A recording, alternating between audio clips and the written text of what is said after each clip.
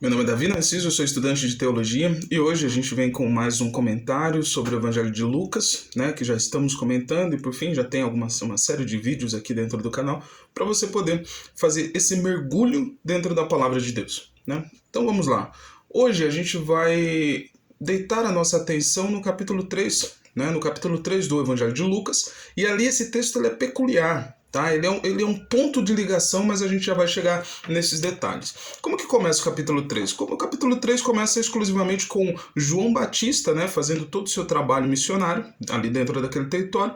E por fim, o que acontece na figura de João Batista ali dentro? João Batista, ele começa a dar instruções, né, darem instruções para as pessoas de como deveria seguir a mensagem do reino de Deus. Então ele vem, orienta os soldados, orienta os publicanos, e esse detalhe é um ponto fundamental também, porque imagina João Batista sendo esse grande profeta super aceito dentro da tradição judaica. Inclusive há muitos textos, né, dos rabinos ainda, né, dentro da nossa era, que eles reconhecem a figura de João Batista como grande profeta no Velho Testamento.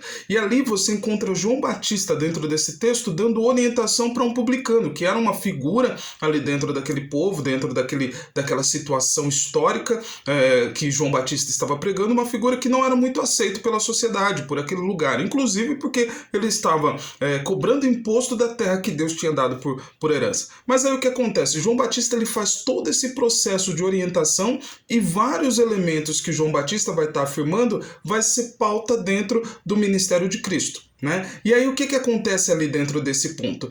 Até que chega no momento em que João Batista vai fazer o processo do batizado de Jesus e fica literalmente afirmado de que João Batista é esse que prepara o caminho para Jesus. E onde vai estar essa afirmativa falando de João Batista como sendo esse que prepararia o caminho? Quando a gente olha para o texto de Malaquias, no capítulo 4, ali, os últimos versículos do Velho Testamento dentro do cânon cristão, esse texto ele vai afirmar justamente de que viria o Elias para poder preparar esse caminho. É claro que a tradição cristã não acredita no processo da reencarnação, então é infundável, né? Não há possibilidade de nós cristãos afirmarmos que João Batista era a reencarnação de Elias. Porém, João Batista ele teve um ministério muito parecido com o ministério de Elias, que era o quê? Essa figura que profetizava, que tinha sua atitude profética contra as grandes lideranças políticas e econômicas que subjugavam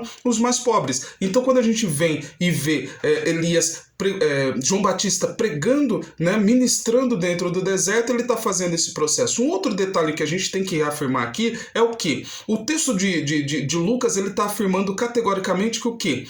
O templo é o lugar do encontro com Deus. Porém, né, inclusive quando inicia o texto de Lucas, Zacarias vai receber a mensagem de que teria um filho dentro do templo. Então, no templo é o lugar onde Deus fala. Mas os líderes religiosos, né, e políticos dentro daquele momento, eles, por causa da corrupção, por causa dos erros, por causa de tudo que eles estavam fazendo de errado, eles expulsaram Deus do templo e o Deus vai para o deserto. E aí, dentro do deserto, o que acontece ali dentro? João Batista traz um texto afirmado por Isaías e ele vem e fala: voz do que clama no deserto, né? Endireitem os seus caminhos. Então, essa profecia que ele está colocando, que Lucas coloca na boca de João Batista, ou que João Batista estava falando e Lucas, dentro do arranjo literário, vem e coloca na boca de João Batista, esse texto está afirmando também o profeta Isaías. Então o que a gente vê ali dentro? A gente vê categoricamente que no capítulo 3, a gente vê dentro da literatura lucana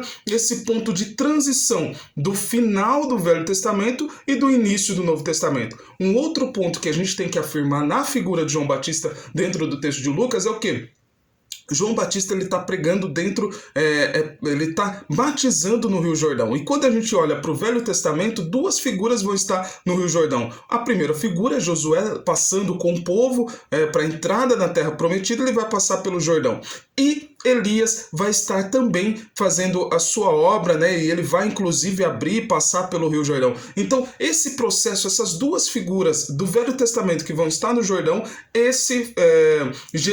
João Batista também vai estar dentro desse lugar. E qual é o ponto fundamental ali? O Jordão é esse elo de ligação para uma nova vida, para uma nova terra, para viver as promessas de Deus. E João Batista está literalmente dentro desse lugar, preparando a transição para que vivessem o reino de Deus na entrada do novo reino, ou seja, no final, nessa plenitude dos tempos que iniciaria todo o trabalho missionário de Jesus, que é literalmente trazendo o reino de Deus para a terra. Então, que nós possamos ver na figura de João Batista a possibilidade de nós sermos o quê? De nós vivermos o ministério da igreja, vivemos o ministério trazido por Cristo, mas fundamentalmente olhar para essa figura e entender que nós, mesmo que nós sejamos tirados do templo, nós devemos em todos os lugares falarmos da mensagem salvífica do Rei de Israel. Paz e bem, e viva na presença de Deus e no reino de Cristo.